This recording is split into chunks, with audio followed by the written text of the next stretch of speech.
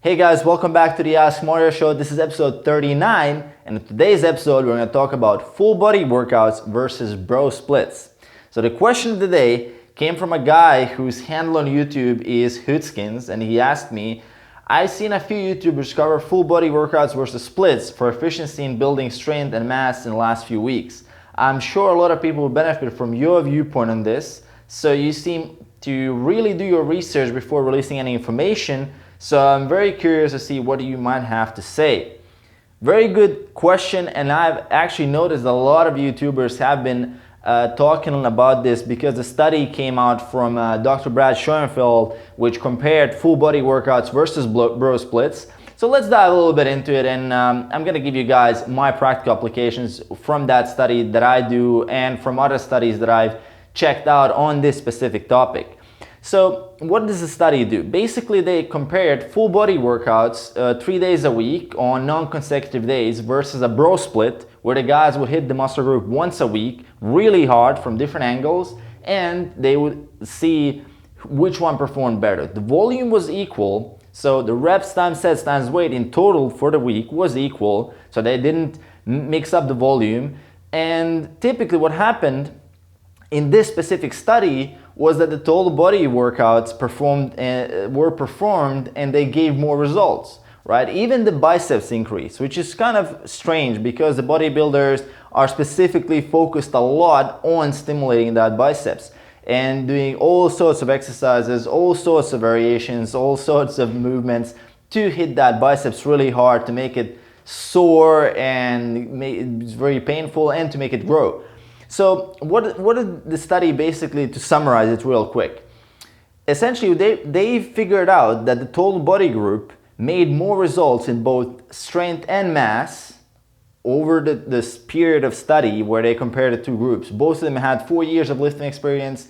They seemed to be generally well aware, good subjects. You know, it was a very controlled study.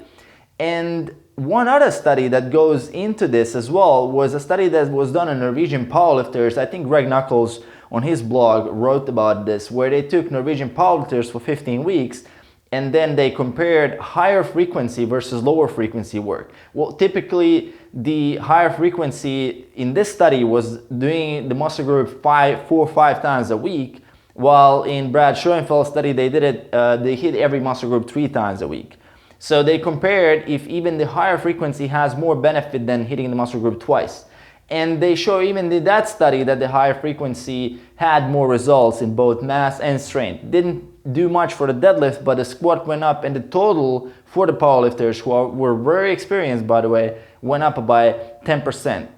By total, I mean the weight they could lift in a competition. That means for powerlifters, that's how much you do squat, bench press, and deadlift. You combine that and that's your total. So the total went up by 10-11% compared to the 5% where they didn't do the high frequency.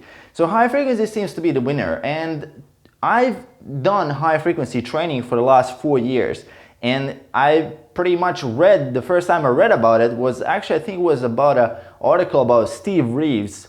Because he used to do 3 full body workouts a week on non-consecutive days. And somewhere along the timeline, that kind of changed, where bodybuilders started doing these bro splits where they would hit the muscle group really fucking hard, and then it would take like 4 or 5 days to recover.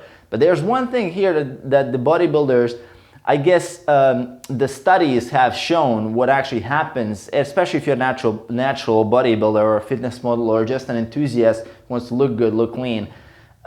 There's something called the response, like a protein synthesis response after a training, which lasts up to 48 hours. And if you're experienced, it can last even less than that. So the stimuli from the workout lasts up to 48 hours. So technically, you could stimulate your muscle group every 48 hours to get that spike, and it would spread out the growth if you increase frequency. So the frequency of stimulation means you get more opportunity for growth throughout the week, while the people that, I guess if you associate soreness or recovery with growth, you would think that being sore for like 4 or 5 days, unable to perform the movements properly, that would mean more growth, which is essentially not true. So the true reality, like in the back end, what's going on in your body is that you have that response only for 48 hours. If you're sore for 72 hours, that has nothing to do with the growth, right? Soreness does not equate growth. And that's something that most people confuse. And that's why there's a lot of people still doing these bro splits and still really focusing on hitting that muscle group super hard. And then they need to recover 5-6 days while the stimulation lasted only 48 hours, regardless of the amount of volume. Maybe you can, I guess in the best case scenario, it would be 72 hours. If someone is really a beginner or a novice, they might get that kind of stimulation, but it's still not as superior to a higher frequency program where you could stimulate the muscle group. Even if you do it 3 times every time, like in a total body workout, you would still get more of those spikes throughout the week and more potential growth in the end. So I'm a big proponent of high frequency work. All my clients have done high frequency. It is either 2 or 3 times a week. I tend to generally go into 3 times a week and then kind of cycle between 2 and 4 times a week for each muscle group. So the frequency, to get the maximum benefit out of it, it has to be periodized as everything else, right? So you might go through a block where you would do each muscle group 2 a week, then you go into the next block, you do it 3 times a week, which ultimately will also increase the amount of work, that volume you can do. And then you could technically go into even 4 times a week for each muscle group. And then once you hit kind of that peak there, you could deload a little bit and then return back. And I mean, you can program your workouts to do whatever you want, but essentially to get the maximum benefits, maximum growth, maximum stimulation, you wanna cycle cycle the frequency. And in general, what I also like about the frequency is that it gives the beginners and the novice lifters a chance to practice the lift more. Right? I made this mistake because when I started out, I was training each muscle group once a week. So I'd be doing squats once a week. And imagine if that, even if I did all my weeks, that's only 52 chances a year to practice my squat. If I had increased that frequency, let's say to 2 times a week, I would have 104 chances to practice my squat. So I would have double the time and double the chance to improve my squat. Makes sense, right? And even if you did it 3 times, imagine that, you had 156 chances to improve your squat, which is amazing, right? Your squat technique would go up very high, and strength is mainly technique. It's not really associated so much with how much, muscle mass is potential strength, but if you don't put in the practice, if you don't put in the reps, you will never really get that neurological adaptation, that neuro component that is very, very critical to lifting heavy loads.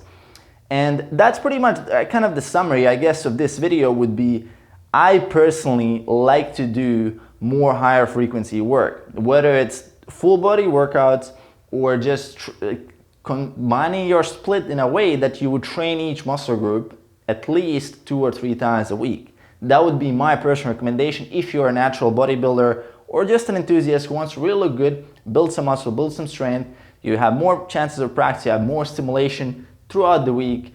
And if you've been doing bro splits for a while and seeing good results, even the fact that you're switching to a higher frequency program, that novelty will blast you and give you a lot of good results in the beginning as well. And if you've already been doing some high frequency work, maybe you can consider adding a little bit more, right? Or reducing the volume per day and even trying training 2 a day. I tried it myself. It's pretty decent, right?